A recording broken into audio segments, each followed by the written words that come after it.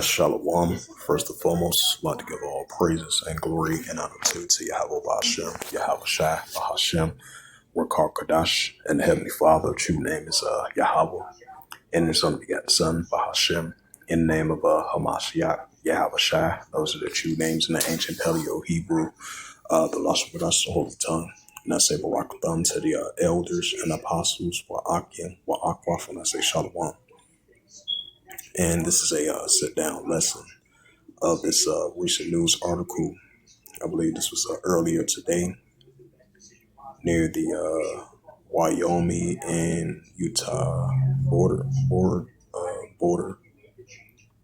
And this is from the Salt Lake Tribune as of January 22nd. Yeah, January 22nd, 2026 at 9:41. At 9:41 p.m. and last updated at 1:01 p.m. And this is published by Brock Marchant from the Salt Lake Tribune. And it reads, a Utah shaken by a 4.7 magnitude earthquake near Wyoming border. Early morning earthquake rattles Utah near the state border. It says Utah was hit by a 4.7 magnitude earthquake just before 8 a.m. Thursday, according to the reports. The earthquake epicenter was about 6 miles south of the Wyoming state line and a few miles west of State Route 150, according to the Keith Cooper, the director of the University of State Seismology Graph Station. It says people can report if they felt the quake on the U.S. Geological Survey website. It says, according to the website, people have reported that they felt the earthquake as far north as Richmond and as far as south of Profilio, if I pronounced that right. And it says, in Reddit, Utah's subreddit community, some people claimed that the shaking was strong enough to wake them up, while others thought it was a nearby train rumbling or cats moving their dresser. The mid-morning Cooper says that instruments has recorded at least 6 aftershocks from the earthquake. There's a chance, we added, that people up along the Ratchaklash front might feel aftershocks throughout the day Thursday. There is a 1 to 2% chance that earthquakes could indicate a large earthquake to follow in the coming days. When a 5.7 earthquake struck Mangalia in March of 2020. And it says, the Cooper says the area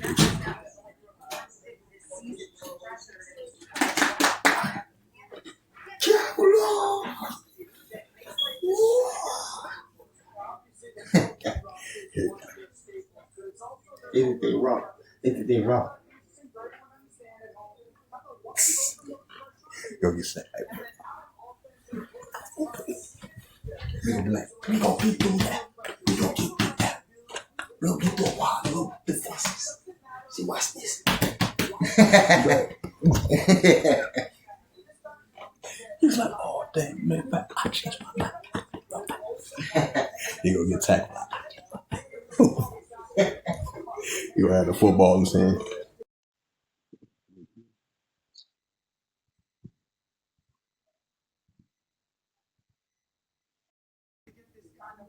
It says 185.7 earthquake struck the Mangalia on March 2020.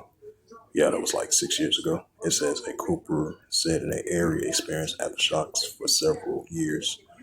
Cooper found that Thursday's earthquake particularly interesting because it's happening in a real unusual place, miles east of, and I thought about that too.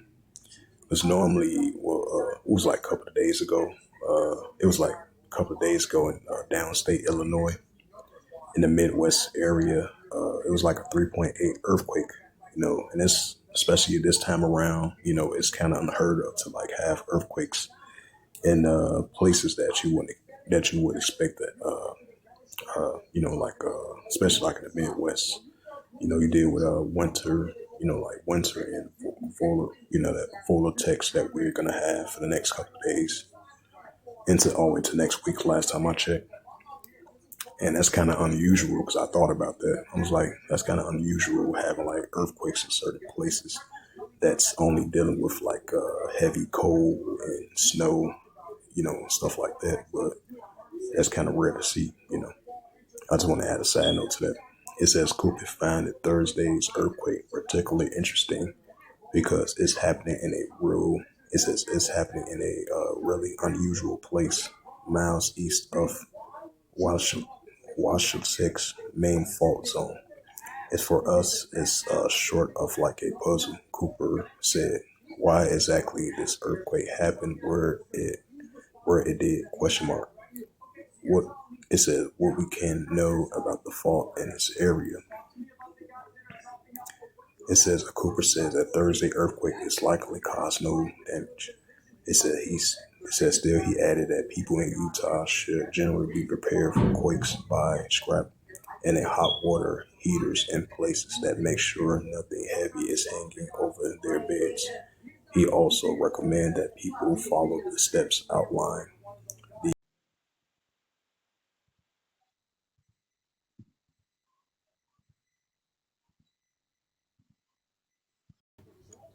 And it says from studies in the region, geologically, Cooper says that researchers has learned that there's a 50% chance of a significant larger quake in the Intermountain West within the next 50 years.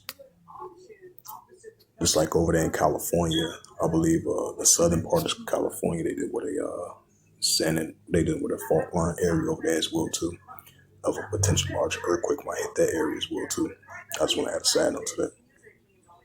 It says those are ones worth our super worry about. Cooper said that's why we have a cinematic of network. It says studies earthquakes likely like Thursday's tremors around the 2020 Megala quake allow researchers to know that better when Utah can expect a major earthquake, he said.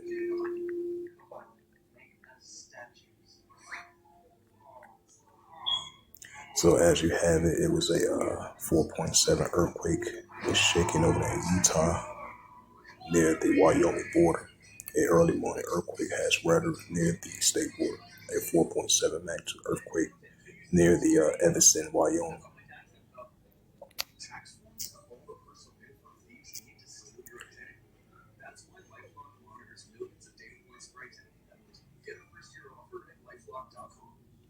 This is the prophet Isaiah, chapter 29, verse 6.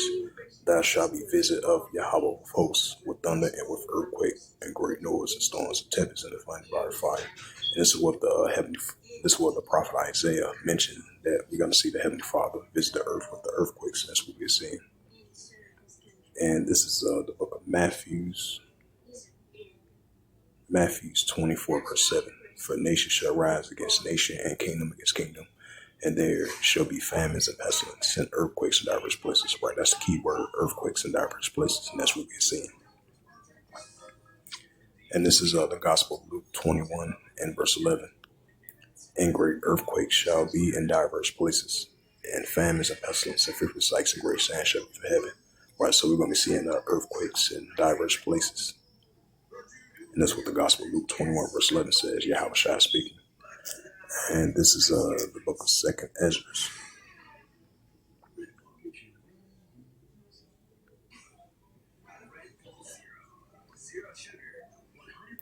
So expect to see more earthquakes in unusual places.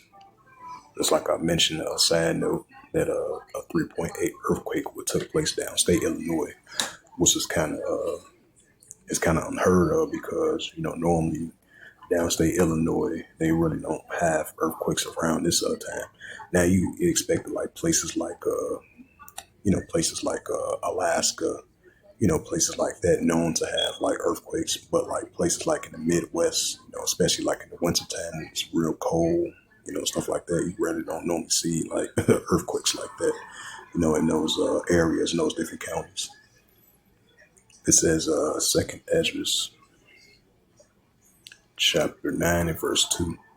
It says, Then thou shalt understand it is a very same time wherein the highest, was the Heavenly Father, will begin to visit the world she made. So we're going to see the Heavenly Father visit this earth with the various of earthquakes in diverse places. So expect to see more increasing earthquakes in different areas that you expect to see that's unusual, unheard of. And we're going to be seeing that increasing. Second Edges 9 verse 3.